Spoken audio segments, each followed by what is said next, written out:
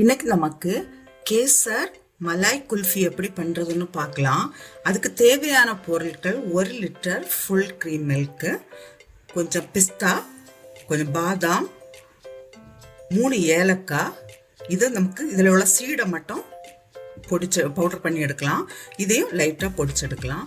கொஞ்சம் குங்குமப்பூ, milk powder ஒரு 1/2 கப்லேருந்தும் கொஞ்சம் கம்மியாக, ஃப்ரெஷ் க்ரீம் இது ஒரு 1/2 கப்பு வேணும். இப்போ நமக்கு செய்ய தொடங்கலாம்.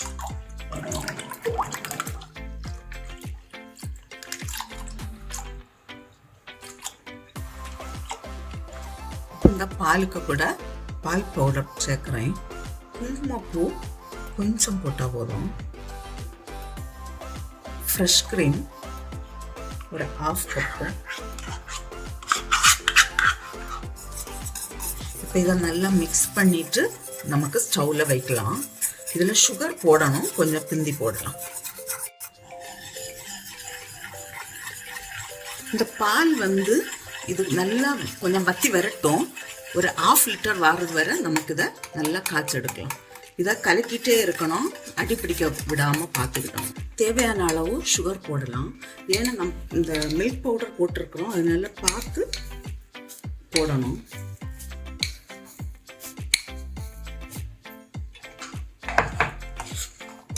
ஏலக்காயும் அந்த நட்ஸ் எல்லாம் நான் பொடிச்சு வச்சிருக்கிறதையும் போடுறேன்.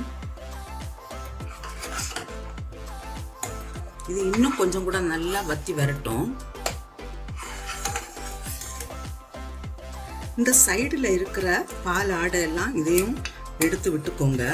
அப்புறமா போட்ட ஏலக்காய் நான் இடிச்சு போட்டதுல ஏலக்காய் தோல் இருக்குல்ல, இதையெல்லாம் நமக்கு வெளியே எடுத்துடலாம்.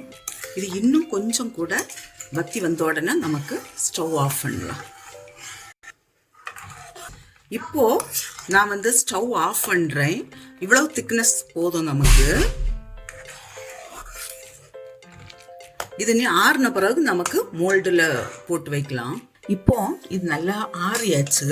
இதை நான் இப்போ இந்த மோல்டுல விட்டு வைக்கிறேன். இது 7லேருந்து 8 மணிக்கூர் வரை ஃப்ரீசரில் வைக்கலாம். சப்போஸ் இந்த மோல்டு இல்லைன்னா நம்ம டீ குடிக்கிற கிளாஸில் கூட போட்டு வைக்கலாம்.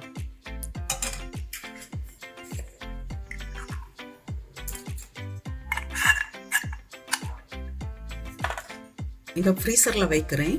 8 ஹவர்ஸ் கழித்து பார்க்கலாம். 8 ஹவர்ஸ் ஆயிடுச்சு. நான் ஃப்ரீசர்லேருந்து எடுத்தாச்சு. இப்போ ஒரு கிளாஸில் கொஞ்சம் நிறைய தண்ணி வச்சுட்டு ஒரு 30 செகண்ட்ஸ் தண்ணியில் காட்டிட்டு எடுக்கலாம்.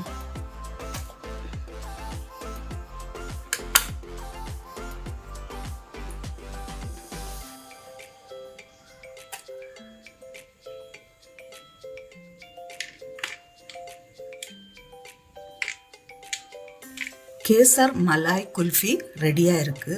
நீங்களும் இதே போல் செய்து பாருங்கள். செய்து பார்த்து உங்களுடைய கருத்துக்களை தெரிவிங்க. உங்களுக்கு இந்த சமையல் பிடிச்சிருக்குன்னா சப்ஸ்கிரைப் பண்ணுங்கள்.